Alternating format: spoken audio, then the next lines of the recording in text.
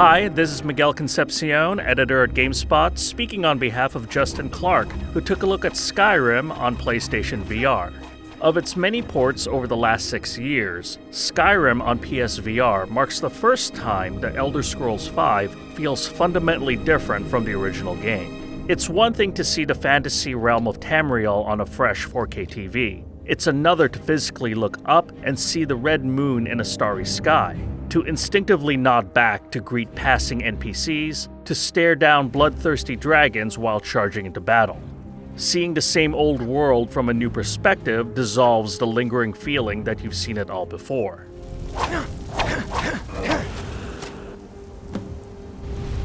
The big appeal of Skyrim has always been its sense of scale. Tamriel is a world full of life, detail, and people who don't just exist for your benefit, but have lives of their own. Despite the relatively low-res representation of the world as seen through a PSVR headset, within a few minutes the pixel count fades in your mind as the illusion of presence takes hold. In VR, Tamriel feels like home, a place to embody your custom-made adventurer. It's a feeling no version can match, and more impressively, it grounds you in a land that can instill wonderment and dread in equal measure.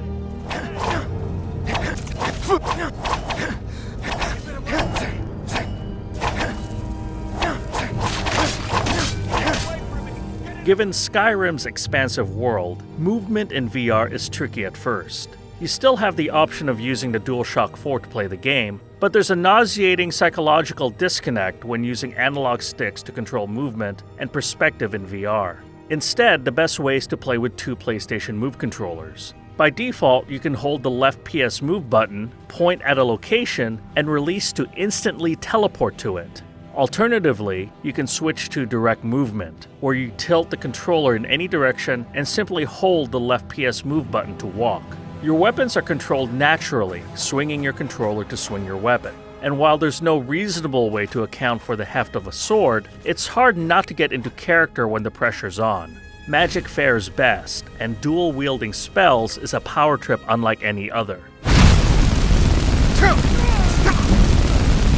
It's the more incidental side of Skyrim where the motion controls fare a bit worse. The gesture-based inventory management is largely unintuitive, and it's all too easy to stumble into a comedy of errors when attempting simple tasks. At best, a mistake might pull you into a menu by accident. At worst, you might drop an item down a mountain. While enveloping yourself in the upgrade menu's starry sky offers one of the more impressive moments in the game, actually getting to the upgrades you want via gestures is sometimes easier said than done. And disappointingly, despite PSVR's built-in microphone, the game's iconic shouts can't be voice-controlled. Boost!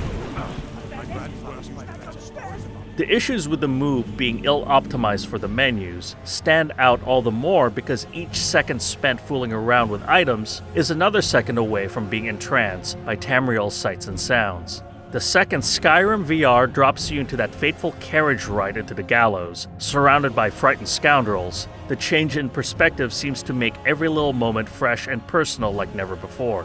When the game goes off the rails and you're running for your life to escape the threat of Alduin's dragonfire, the instant shift in urgency from "my character is in danger" to "I am in danger" grants even the classic moment a newfound level of tension.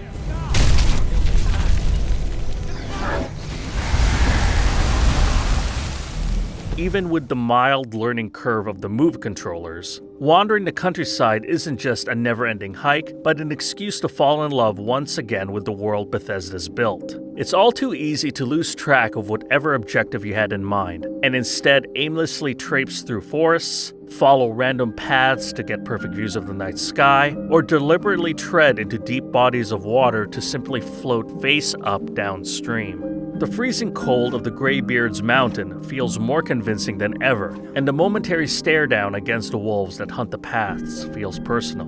There's no doubt that Tamriel is the same place it's always been, but it's fair to say you've never seen it like this before.